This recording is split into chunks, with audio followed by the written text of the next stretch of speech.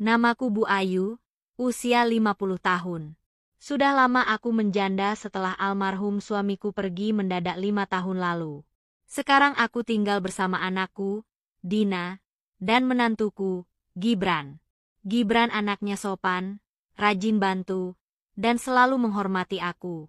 Kadang aku suka senyum sendiri lihat mereka akur. Tapi, entahlah, malam selalu membawa rasa sepi yang gak bisa aku jelaskan. Hari itu Dina kecapean dan langsung tidur lebih awal.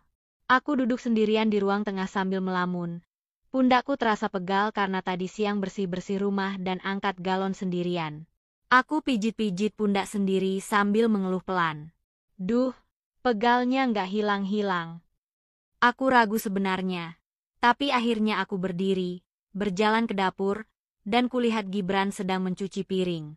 Aku berdiri di dekat pintu, menatap punggungnya, lalu memanggil.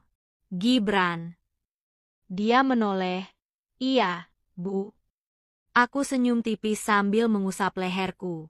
Ibu mau minta tolong boleh nggak, Nak? Dia menghentikan cucian piringnya. Tolong apa ya, Bu?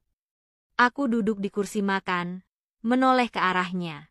Pundak sama punggung ibu pegal banget dari tadi. Kalau Gibran nggak keberatan, bisa mijitin ibu sebentar aja nggak? Aku tertawa kecil untuk mencairkan suasana. Tenang aja. Ibu janji nggak akan jatuh cinta sama kamu kok. Hehe. Gibran kelihatan kaget tapi akhirnya tersenyum kecil. Hehe, iya Bu, boleh. Aku membelakangi dia, sedikit menurunkan kerah dasterku agar pundakku lebih mudah dipijit. Tetap sopan, tapi cukup terasa canggung untukku. Saat tangannya mulai menyentuh pundakku, aku bilang pelan. Ah, iya, pelan ya, Nak, di situ sakit banget. Suara hujan deras di luar membuat malam itu lebih sunyi, dan pijatan pelan Gibran membuat pundakku yang tegang mulai rileks. Aku memejamkan mata, menghela napas lega. Ya Allah, enaknya. Udah lama nggak ada yang mijitin ibu begini. Sesekali aku melirik ke belakang, bercanda.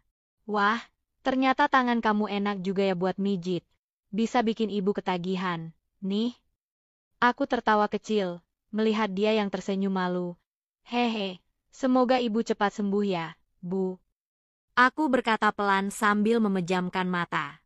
Kamu tahu nggak, Nak, kadang ibu ini suka kangen rasanya dipijitin sebelum tidur. Dulu bapakmu selalu mijitin ibu kalau pegal. Aku terdiam, menarik napas, menahan perasaan yang tiba-tiba datang.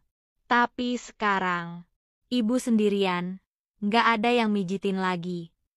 Dia hanya memijat dengan pelan, dan aku merasa dihargai, merasa nggak sendirian malam itu. Beberapa menit kemudian, aku membuka mata dan berkata, udah cukup ya, Nak, nanti kamu capek. Aku berdiri perlahan, membenarkan dasterku sambil tersenyum. Makasih ya, Gibran. Ibu jadi manja nih sama kamu. Tapi jangan bilang Dina ya. Nanti dia cemburu. Hehe. Dia tertawa kecil. Iya, Bu. Aku berjalan ke kamarku. Sebelum menutup pintu aku menoleh sambil senyum. Kalau ibu pegal lagi, boleh ya minta tolong mijitin lagi.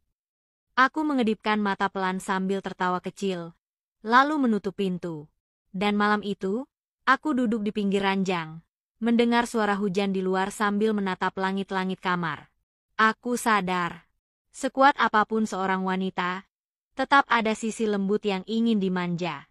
Kadang hanya dengan pijatan sederhana, rasa sepi itu bisa hilang. Meski hanya untuk malam itu saja.